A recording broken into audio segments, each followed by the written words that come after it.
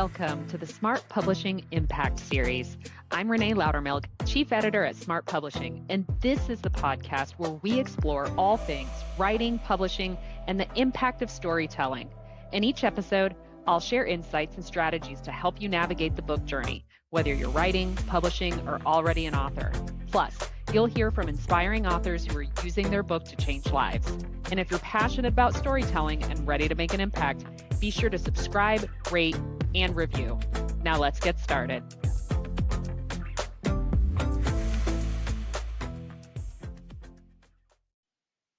Hello, and welcome to another episode of the Smart Publishing Impact Series. I am your host, Renée Loudermilk, and Chief Editor at Smart Publishing. And today is episode 45. And the title of this episode is all about ISBNs.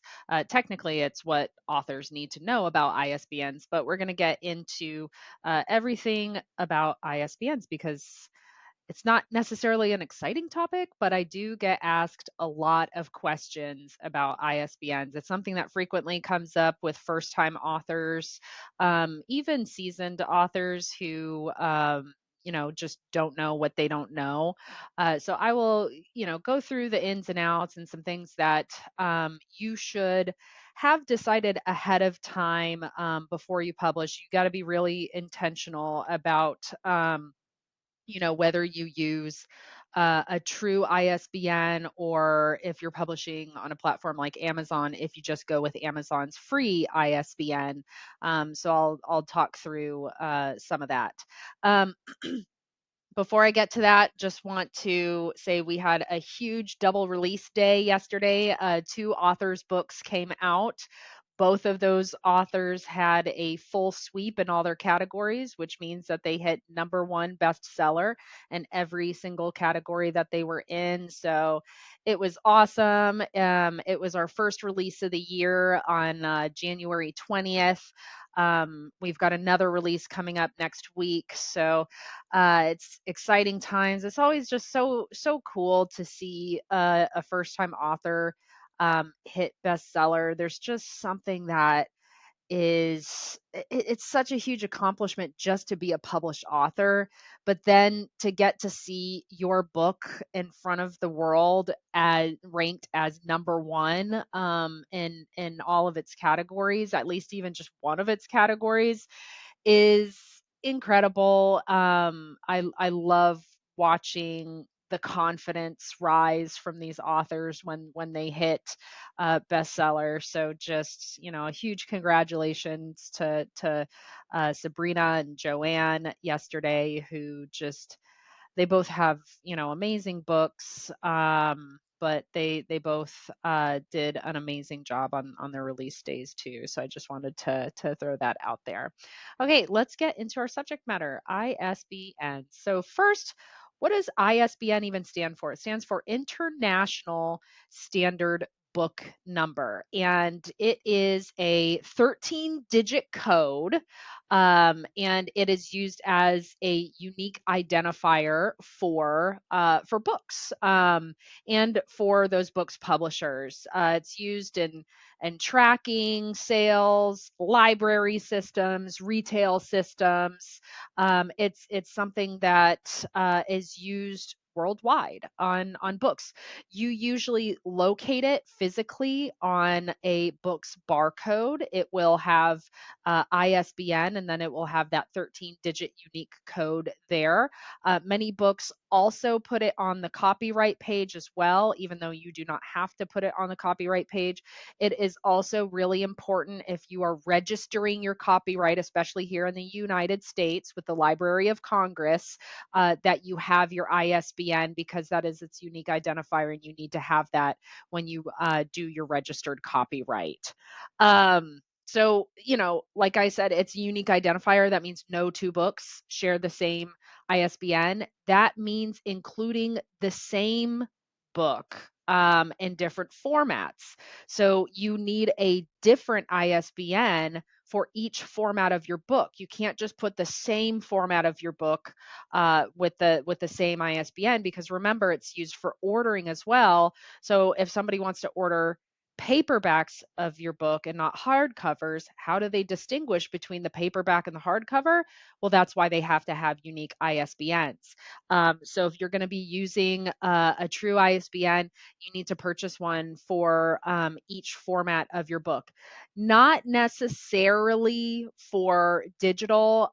If you want to have digital available to, you know, numerous retailers, then it's probably a good idea to get an ISBN for it.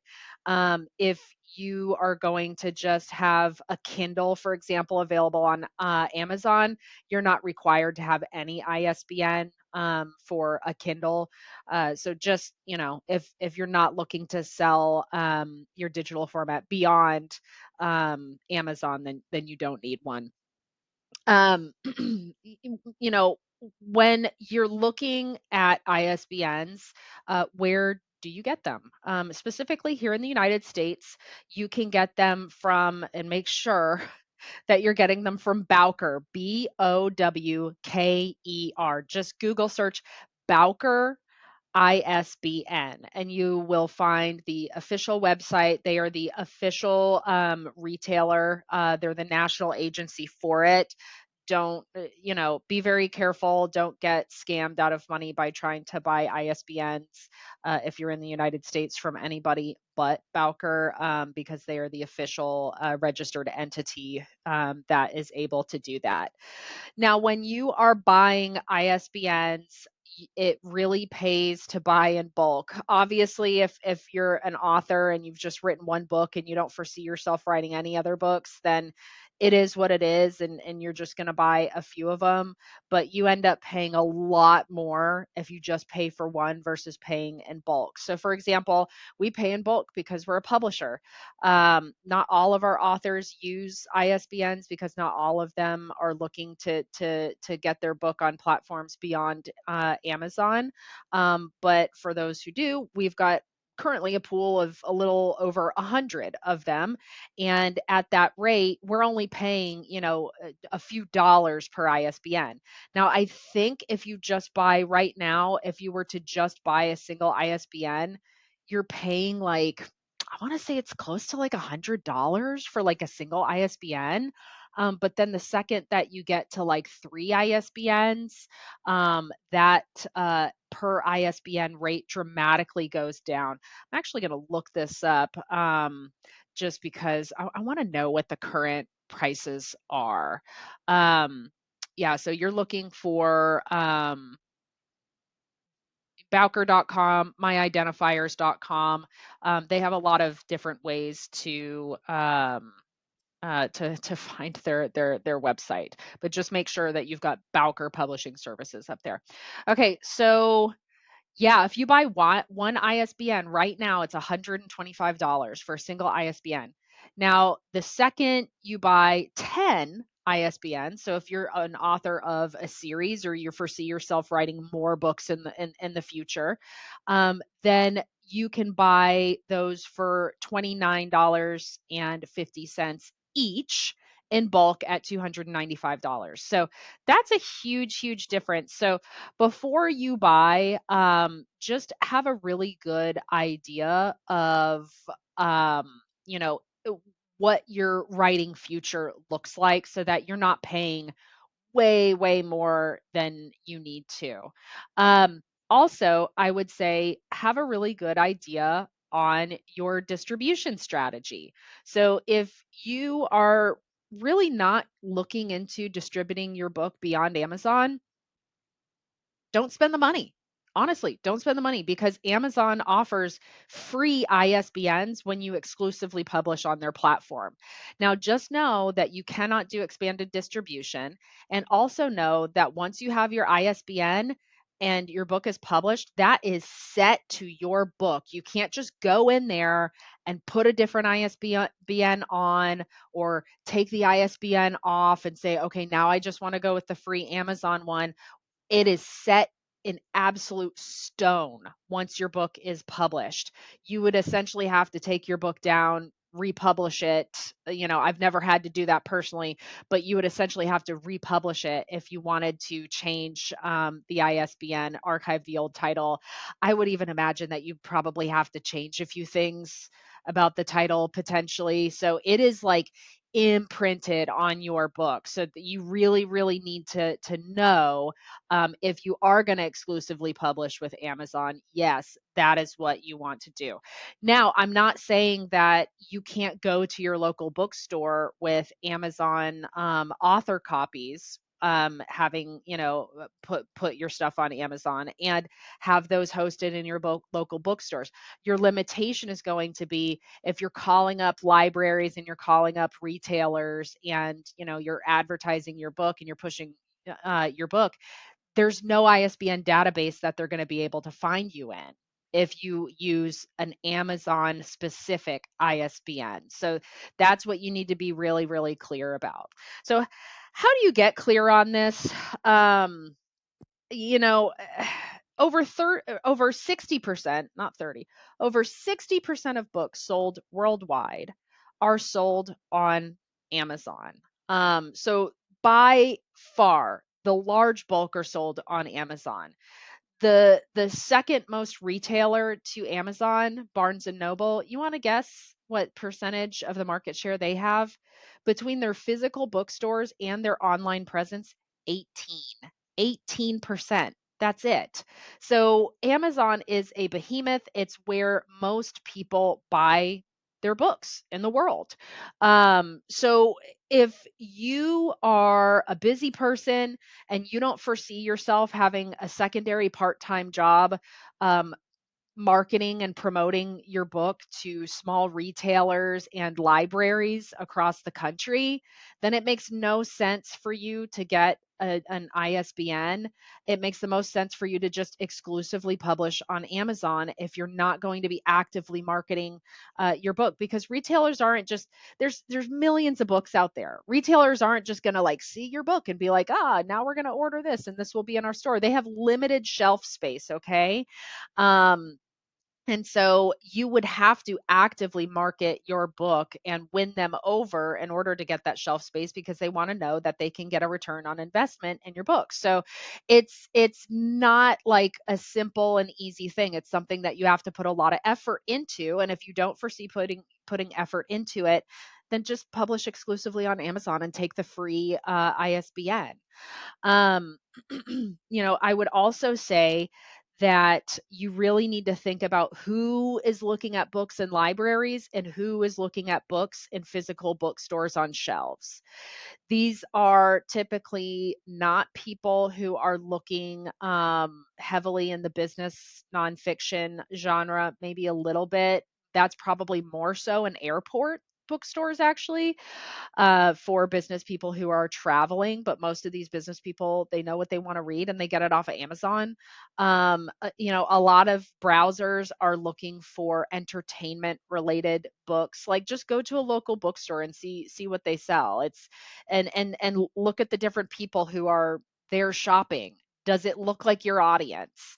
Again, if you're in business nonfiction, it probably not your audience. That's why the bulk of the books that are in physical bookstores these days are fiction books. These are folks who are looking for entertainment. If they are looking in the memoir genre, they are typically looking at famous people's memoirs, so famous politicians, historical figures. For biography. You've got the different Hollywood folks who write stuff, so it's more of like a pop culture type of deal. You've got a lot of reference books too. Cookbooks are really popular. So if your book is not one of those types of books, it probably does not make sense to really go beyond, a platform like Amazon. And then especially if you're going to be selling your book directly off of your website, then that's probably the number one place that you're going to want to push people to anyways. So just make sure that you think it through, because like I said, once you publish, your ISBN is attached to your book. It is set in stone. I would also say, another question that I frequently get is, what's the difference between ASIN and ISBN? Well, International Standard Book Number, ISBN, is the worldwide standard identification number for books. ASIN is simply Amazon's unique identifier for their products, including their books. So an ASIN is not equivalent to an ISBN. They will issue a free ISBN that is only for the Amazon platform. But they also attach an ASIN, which stands for Amazon Sales Identification Number, but that is just specifically for their inventory purposes only. So don't get those two mixed up. You can identify your book on Amazon through the ASIN primarily, but an ASIN is not an ISBN. So I think that's basically everything that I have to cover on ISBNs. There's really not that much beyond that. Remember, if you're going to do one, you need one for every format, because people need to be able to clearly differentiate the format, especially if they're ordering inventory of your book. They need to know which format they're ordering inventory of. So you will get docked and pushed back if your ISBN number does not match the ISBN number that you've put inside of your book. If you choose to put your ISBN on your copyright page, which you can, you don't have to, because it's going to be on the barcode of your book anyways. Make sure that it's the unique ISBN for each format, because if you accidentally put the paperback ISBN on your hardcover and that doesn't match what you've uploaded into Amazon KDP, they're going to push it back and say that there's an error and you're going to have to correct it. So you need one for each format if you're going to go that route. If you're just doing your digital on Kindle and you're not going to offer it beyond the Amazon platform, you actually don't need an ISBN at all for a digital format like Kindle. And then again, if you don't foresee yourself having a part-time job of being a promotional marketer to libraries and book retailers for your book, then it might not make sense to publish it anywhere beyond Amazon. And in that case, you can take advantage of Amazon's free ISBN that they offer for both hardcover and paperback. And that way you don't have to spend $125 per ISBN if you're not going to publish more than one book for your book. So as always, I invite you, if you have any questions, I would love for you to connect with me. I am primarily on Amazon, Renee Loudermilk, Lautermilch. I'm the only one in the world. So when you look me up, I'm the only one that will come up. Add me, send me a DM. I love answering questions. That's what I'm here for, to educate and empower and set you up for success. You can also find me at Renee@smartpublishingservices.com if you prefer to email me. And you can, of course, find me and lots of other educational resources on our website at smartpublishingservices.com. And then if you have not already subscribed to this podcast, please hit that subscribe button. If you've got 60 extra seconds, I would be so honored if you would rate and review this show. It helps to get it out in front of more listeners who can benefit from the educational content that I share here for authors. And that's all I have for this week. Maybe I'll have a more exciting episode coming to you next time, but I thought that this would be a good topic because it's one of the few that I've not discussed so far, and I do get lots of questions about it. So, as I always say, in the meantime, keep writing your story because the world needs your voice. Until next time, take care, everybody.